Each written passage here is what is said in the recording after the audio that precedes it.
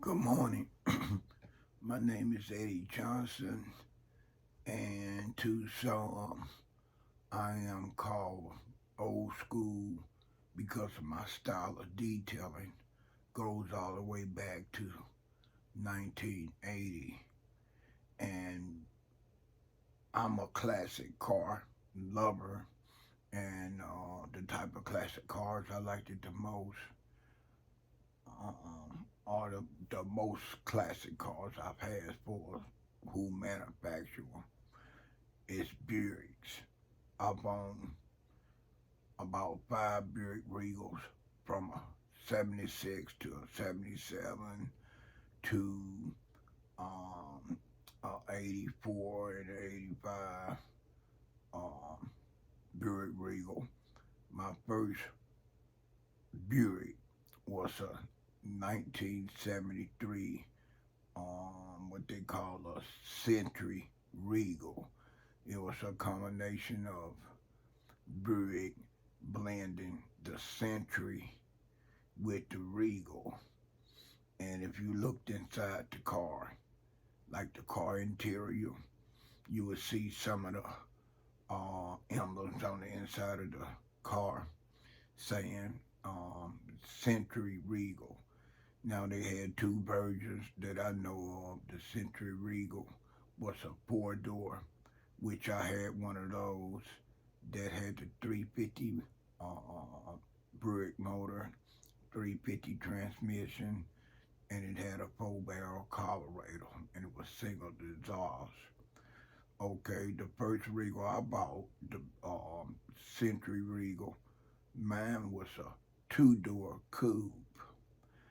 It had white interior, and inside the interior, some of the emblems would say Century, and then some parts would say Regal. So I assumed that Buick combined Century with Regal when they knew they was gonna face the Century out and go into the Regal. So if I had to imagine, that's where the Century Regal came from. Now, I'm not saying what I'm not saying what I'm mentioning or saying is correct. I realize when you're talking and you put something on social media, especially with the phones and the the what we call in the early '90s the information age that really came about with social media and people having the opportunity to Google things of that nature. So I don't want to make it seem like that I'm what I'm saying. I'm 100% sure. I'm just saying what the first car that I bought, there was a Buick um, had on it, and it had two headlights and some smaller lights. I guess they was parking lights. Now that's not the first car that I owned. That was the first Buick that I owned. Now the Buick 1973 Regal that I bought, it had white interior. I eventually changed the color of the car, and when I bought it, I bought it used in 1990, and it was a 73. So I would say 90 and 73. I would say maybe that's about maybe 16, 17 years old when I got it, something of that nature. Um, I drove the car for 17 years. The car was a great car, right? I'm talking about a well built, well, well ridden, or well performance when traveling on the freeway. And I know this because I've driven the car. I bought it when I was living in Georgia, and I used to make frequent trips from Georgia to Alabama, Alabama to Georgia. I drove it to South Carolina, like Columbia, South Carolina, and I drove it to Hilton Head, South Carolina. I drove it. to Florida. I've driven it to Tennessee. I've driven it to a lot of states.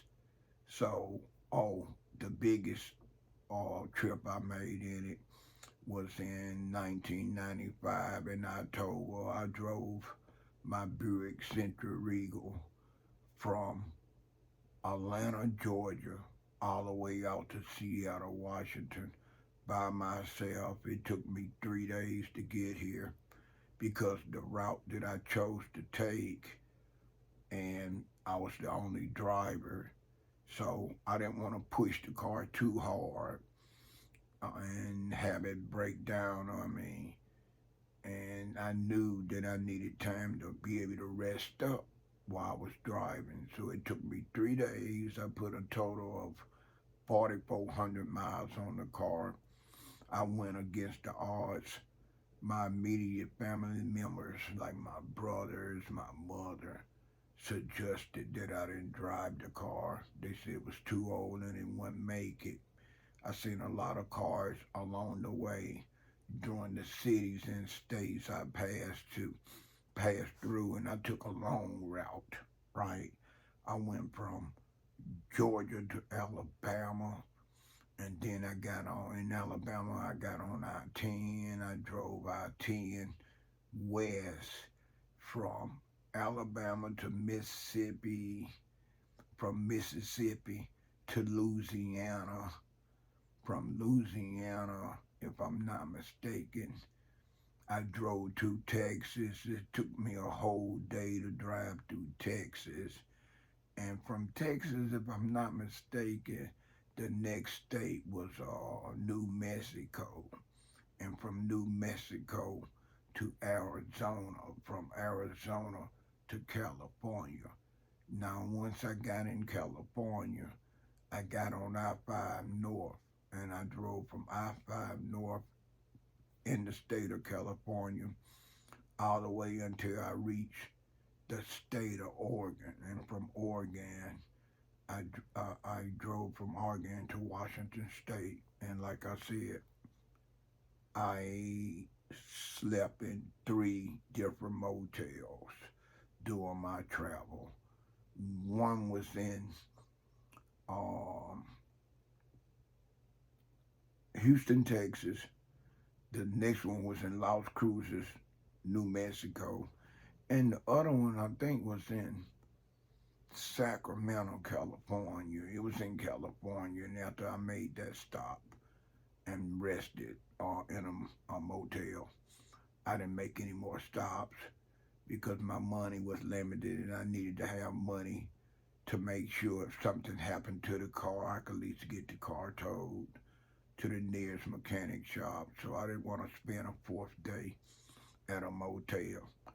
Now, my first car that I actually bought, my first car in general that I bought, I was 19 years old and I bought a Ford Mustang.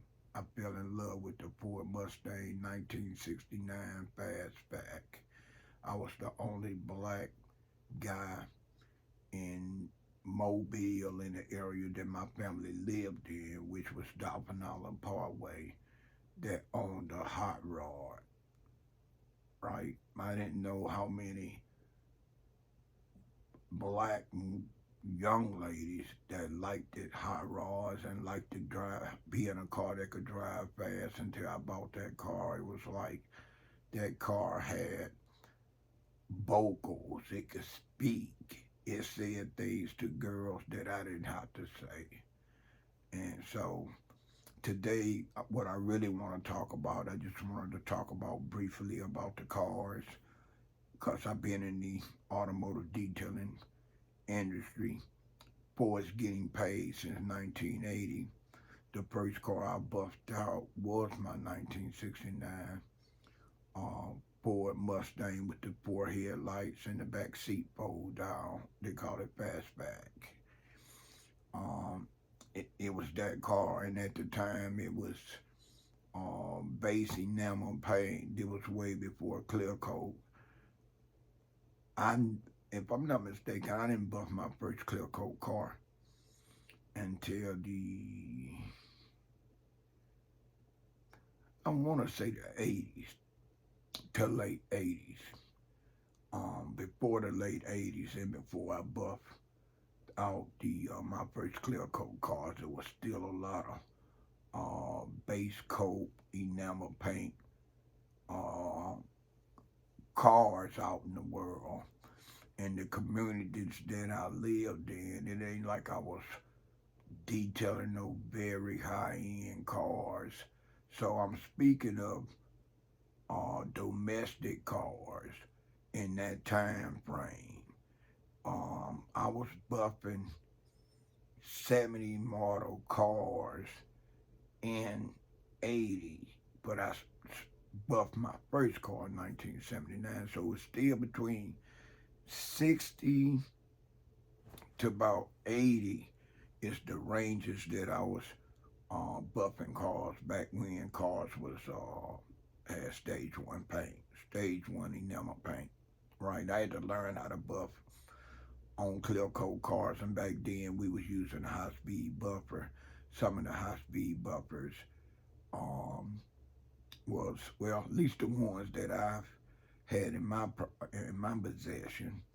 I had a Milwaukee, and it had one speed, and that one speed was real high. Matter of fact, that one speed was higher than any veritable speed buffer I had on. Because after that particular Milwaukee one speed buffer, I graduated to a that was Milwaukee. I graduated to Makita, and my first Makita buffer had high and low speed to buff at, right? So when you was buffing scratches and you wasn't trying to do no wet sand, you had to play with the trigger to slow the buffer RPMs down to be able to try to work out scratches if you weren't trying to wet sand anything. I didn't get into wet sanding. I never wet sand no person personal car. The only wet sanding I have done was for my own cars. Now, as time went on, I did do some sanding and priming for some guys that was gonna get a car painted or get cars painted, and they didn't want to pay the body shop prep work. They just wanted to pay the body shop to paint the car. And these are cars that didn't have no dings or dents in them. So they just needed to prime. They needed to sand. They needed to paint, sand it down, and they needed to prime.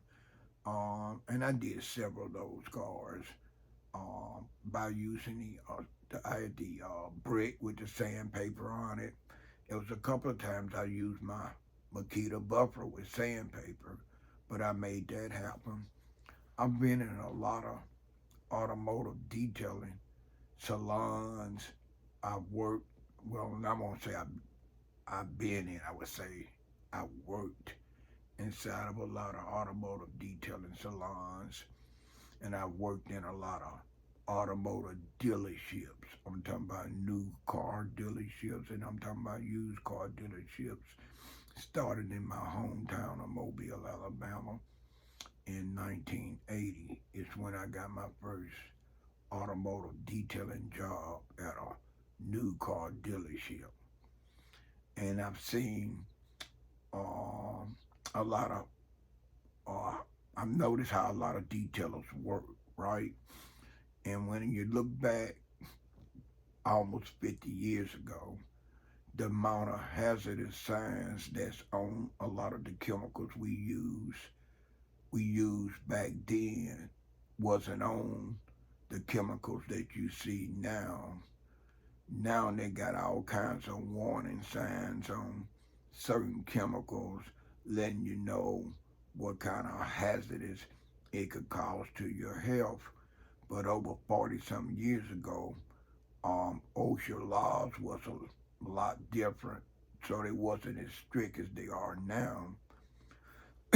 So some of the same or similar chemicals that I used back then got all these warning signs, and when you read the warning signs, some might say something like it could cause cancer, possible cancer, and other illness.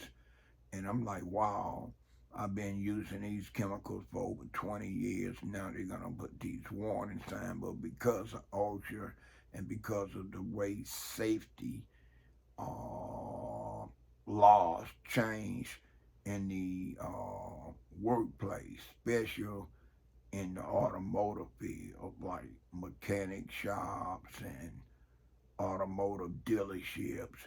They got technicians and detailers.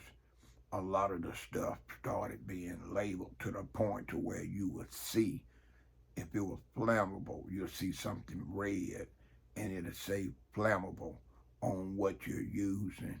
They even has a big yellow flammable cabinet that you put your lacquer thinner in or in gasoline or anything that's flammable inside this cabinet.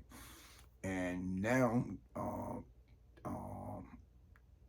safety inspectors have got so strict when they come to any automotive place that have something to do with chemicals and guys and girls working around chemicals. You need to have one of those big yellow cabinets that say flammable. If not, you can get a healthy fine for that. Okay, from my first dealership or new car dealership job in Mobile, Alabama, my hometown, going forward, I noticed how the automotive field changed, right? I got more time in the automotive field than anything that I've done in my whole life. And I've been around a lot of instructors, right? Instructors that's taking guys that want to become a detailer for whatever reasons, thinking they have the necessary fortitude and skills to become automotive detailer. Maybe some of these guys might have been like me. Maybe they started cleaning their own personal cars and went from there to cleaning cars for a living, right? I watched a lot of the trainers train new recruits. I received a little training when I first got to my first new car dealership in my hometown of Mobile, Alabama. Um, and that was just to get me familiar with the equipment I was going to be using and the chemicals. And the training wasn't even extensive, right? Um, a lot of that due to safety laws being more relaxed than what they are now. So some of the things I've seen in other shops from starting in my city, Mobile, Alabama, to when I moved out to the Atlanta, Georgia metro areas in 1983.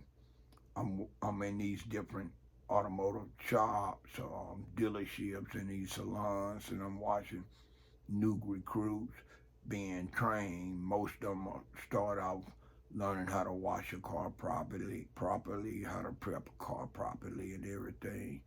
And I'm looking at all the training that are, are these guys are receiving from these instructors or these supervisors or these lead guys that has the job to train new recruits. I'm looking at the amount of training that these guys are, the new recruits are receiving.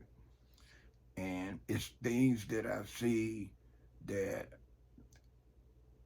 that that don't really count or help if you're talking about longevity. Now, a lot of the things that I learned about longevity in the automotive detailing trade, I learned on my own. Believe it or not, most of what I learned came when I was self-employed, and that was after I moved to Seattle, Washington. metro areas in 1994. Now, when I was living in Georgia, I did do some mobile detailing, right? But I just took the basic, and when you're doing mobile, you usually going to somebody's house. So the whole rules of that that both apply with you being an individual mobile detailer versus working in some form of shop, be it a salon or actual used car dealership that has a garage and have detailers detailing cars. There are new car dealerships. It's different, but I noticed a lot of the things that the guys was getting teach the new trainees, and it just wasn't teaching longevity. And like I said, I learned longevity the hard way. I started learning longevity really in 1995. That was the first time I got my first automotive detailing business. And I'm not talking about mobile. I'm talking about having an actual base. I'm talking about having actual employees work for me. In 1997, my automotive detailing business was booming, right? I was putting in the hours. I'm talking about 12 to 16 hours days, right? And I was working 7 days a week in most cases, whatever it took to be able to meet the demands of the used car dealerships I was doing used cars for, or the new car dealerships I was doing um, used cars for, or customer pay, right? I was putting in long hours, and it was in 95 is when I started learning more about safety. Before 95, I didn't wear, I feel like I didn't wear safety gloves enough. I didn't wear the safety goggles enough. I didn't wear knee pads enough. I didn't wear a back brace to help support my back enough. I didn't have me a step ladder. I stood on empty 5 gallon buckets. Let me think of some other things I did. Oh, I didn't have a roll around chair. There's so many things I didn't have. And it's been times that I got hurt. So as I started getting hurt, now, like I said, I started getting paid to detail cars in 1980, and I was 1980. I was 19 years old. Okay, but I started buffing my own personal cars and family and associate cars in 1979. 1980 is when I started getting paid.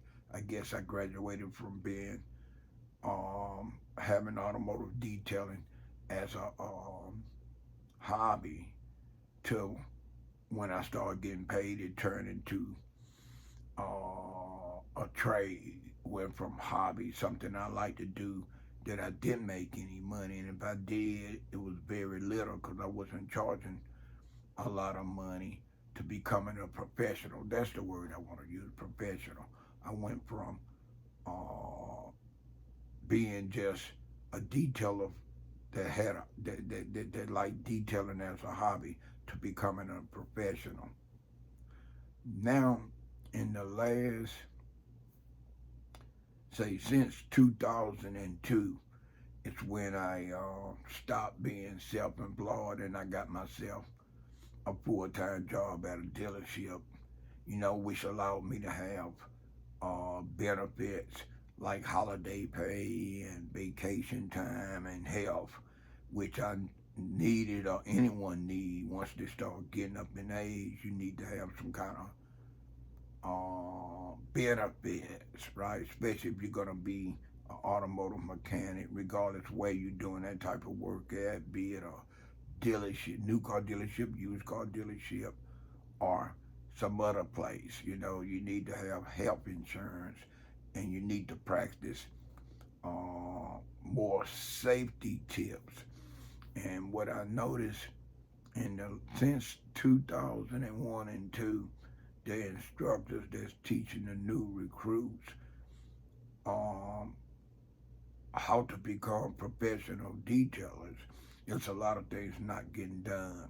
I see guys not wearing goggles. I see guys not having a back support. I see guys that don't have no knee pads. I see guys using chemicals that have labels written on them as hazardous, not wearing gloves. Nowadays, it's like going to an automotive detail shop. It's a fashion show. You see guys with nice Nike sweatshirts on, and they wearing Nike Air Jordan shoes to prep cars in.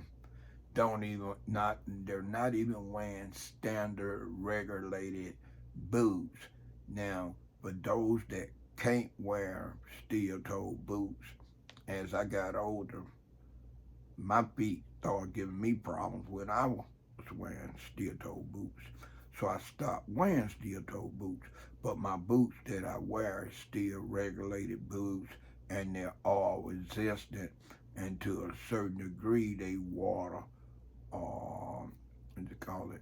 Um, um, they they don't absorb water, right? They're supposed to be water resistant. But I'm here to tell you, if you wear a boot that's water resistant long enough, working in the detail industry, the boots are gonna start leaking. There's no doubt about that.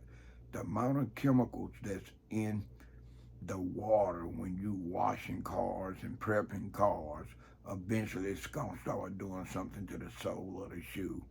It'll probably start on the toe or the heel first, right? But I do wear all resistant and water resistant to a degree kind of boot, right?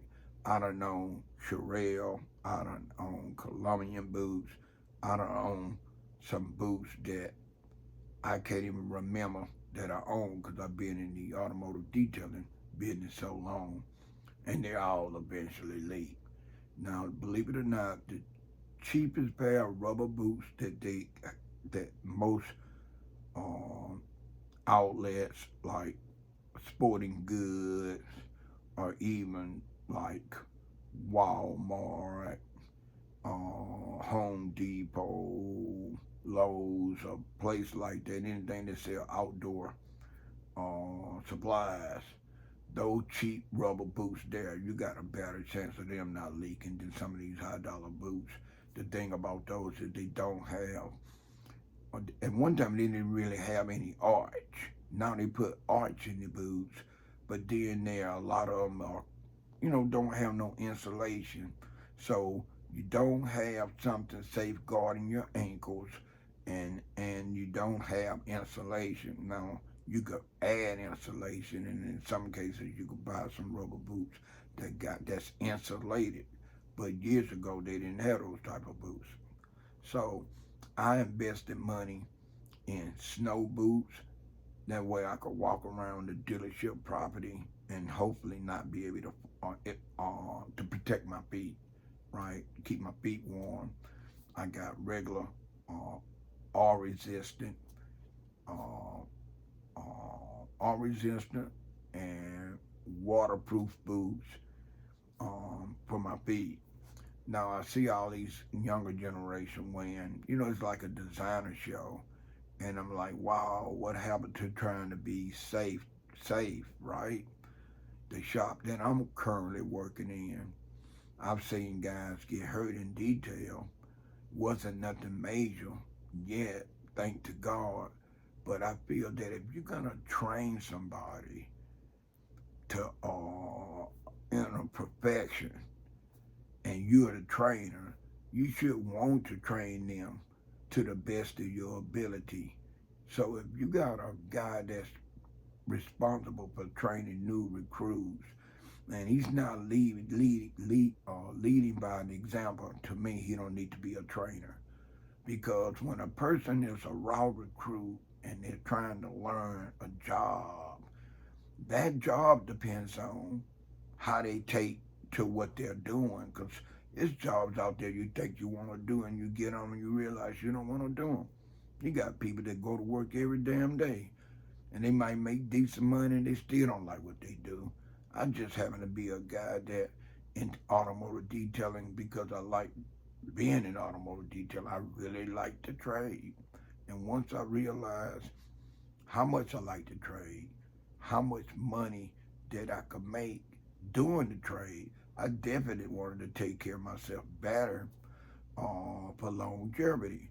So if I'm training somebody, like during the time I had my business and I had in '97, I think I went through about 15 employees. That's right, about 15 employees. Some lasted a couple of days, some lasted a week, and they all overall um, didn't last. They didn't last for various reasons. A lot of times because they didn't come to work as when scheduled, or they was late all the time, or maybe the way that they performed their job duties and abuse equipment that I supplied to help them do the job and help me make money. They didn't have no concerns about helping me maintain that, or they didn't have no concerns of trying to use it properly after I taught them how to use it properly. So for various reasons, the 15 guys, out of 15 guys, I would say maybe two made it. So, but while they was working for me, I trained them right. I told them what I thought they needed to be successful in the automotive detailing business. Started with being safe. If you really desire to do a certain job, even if you have to do research and if you got the right trainer, and if that's what you really want to do, you could do the job, right? You just got to learn the pros and cons of the job and realize if you really want to do that job or not. But it's a lot of instructors out there that's not training properly. I see it every day. I didn't invest my money in everything that I thought that would add extra,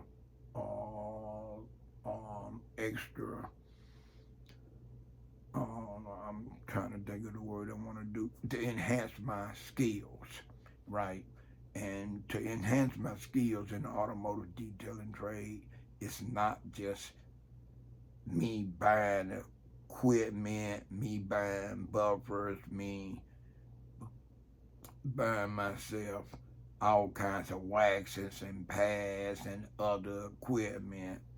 It's all about how I maintain my safe environment, right? Matters because regardless of what kind of equipment or product that I got, if I'm not being safe and if I get hurt bad enough, I can't perform the job. And I'm here to tell you, for those that think, okay, I'm working on somebody's job, I get hurt, I'm gonna get L&I. If you can live off what L&I pay you while you're recovering, then that's fine if that's what you want to do. I'm not trying to collect no L&I. I've been working. My first job was in the summer in 1974. Up to this date, I think I done collected L&I twice. And I realized the first time, the portion of my money that L&I give me is not compared. It's no comparison to what I make if I'm healthy and I'm working every day. So whatever I have to do to get around L&I, paying me any kind of money, it's what I want to do. And people that really know me as EJ, the automotive detailing innovator, that know me and know my level of skill, my skill set. No, I'm not trying to get no free money. I don't need that kind of money. I want to work for what I get and I want to do what I can to stay healthy, right? So my suggestion to any instructor that teaching a new recruit how to perform automotive detailing. Automotive detailing. First, find out where their mind, where their interests lie in. Ask them what their overall goal is. If they become successful or they learn how to do a basic automotive detail, find out what their uh, goal is or what they expect to get out of it. After you find out what they trying to get out of it, then you start training them properly. When I say properly, don't even let them work if they don't have the necessary things they need to come to work. Now, some jobs supply certain things, so that's fine if you at a company that's gonna supply certain things. But if a company is not gonna supply you gloves to wear, if the company not gonna supply you a good raincoat, because you're gonna need a good raincoat. You might even need the raincoat when you prepping cars, especially if you're doing big trucks or something. So boots, regulated boots. If a company is not gonna supply you regular safety boots, possibly rain jacket, gloves, goggles. I don't know a company that furnish back support belts. I don't know a company that supply a roll around chair, right? I don't know a company that supply knee pads.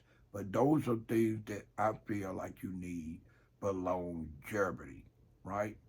I have several pair of knee pads. I got about 7 different um, back support belts. Once they're not fitting right, or if they allowing me to move too freely and not restricting my movement properly, that back support belt is gone, and I'm gonna get another one. Some type of all resistant safety boot, right? Like I said, every boot I've owned eventually leak water. So I'm not looking for a boot to actually not leak water. But I want it to be all resistant and I want it to be safety regulated. A step ladder, uh, proper lighting, and good equipment. Um, if you're not being, if you want to be an automotive detailer and you're not getting those particular things, then, I don't know, you either buy them things or maybe try to find another job. Because if you get sidelined, you're not making the company that hire you any money, and the amount of money you're going to get making an L and I, it's not going to be enough to sustain you, or at least it won't sustain me, especially with the cost of living these days. I have bought everything that I thought I need to protect myself, to hopefully allow myself to have longevity. And I have had longevity in the automotive detailing field. Now, if you're gonna ask me, do I? It's one thing to have the equipment to do it with, and have it available, and don't use it, versus um, not having it. Period. It's guaranteed that I'm gonna wear my back support belt half a day or close to half a. Say if I work 8 hours, I'm gonna wear at least 2 hours, if not 4 hours. Right? I wear my knee pads every day I go to work. Right? I have on standard regulated boots, safety boots every day I go to work. I wear gloves on my hands every day I go to work. Right? I have a ladder. I have a roll around chair. I have everything that I feel like I need to hopefully give myself longevity. And I'll tell you this, over 90% of what I got wasn't furnished to me by no automotive dealership, period. Yes, my gloves are, the chemicals are, and the goggles. Anything other than what? The chemicals, the goggles, and the gloves. Other than that, and some companies might punish you a buffer, right? And a vacuum cleaner. But other than that, company ain't punishing you what you actually need for longevity. And that should be automatic or OSHA law, um, a safety violation if you don't have the proper equipment, the protective gear to protect you as much as possible. And it shouldn't be no tennis shoes or unregulated boot wore. It should be no chemicals used without gloves and having goggles in your possession. To way that a instructor or a trainer start off training a new recruit that never learned how to detail before is very important because what he see and what he watch, what you do and what you tell him, it's gonna have a lot to do with what kind of detail he end up being. And I'm here to tell you, there's a lot of the instructors out there, supervisors that's in these detail salons and detailed dealerships that got detailed departments that's not training the recruits correctly, right? And there's so much could go wrong, especially when you're dealing with acid. It should be a must when you're dealing with acid. You have on a respirator and you have on some damn gloves. And I'm here to tell you, I'm very disappointed on what I've seen since I've been in the automotive detailing industry. The lack of communication, the lack of training, properly training new recruits is very sad. You know, at least the armed forces, the military, send you the basic training, and with you that basic training is supposed to get you prepared to what you might have to go through on a regular basis while being in the armed forces, right? They need to get down to like what the military do. They need to damn give, let's say, 2 months. 2 months to work with you, training you properly, and then afterward evaluate you and try to see where you're at. And if you're not where they think you should be for any progress of becoming a rounded automotive detailer, then in my mind, they shouldn't hire you. You know, it shouldn't just automatic. You shouldn't just be automatic hired because you have interest in automotive detailing. Automotive detailing is a lucrative trade. You apply yourself right, you can make money. But the last thing you need is a liability. So for all the dealerships and salons that's hiring detailers and not training them properly, you might want to think twice because some of what you're not teaching could come back and hunt you at the end. Now, I actually talked longer than what I thought I was going to talk. Um, and I'm about to get ready to go to work. It's been in the damn teens in the Seattle, Washington area, so I got to prepare myself. This is EJ, the Automotive Detailing Innovator. Um, aka Eddie Johnson, aka BG.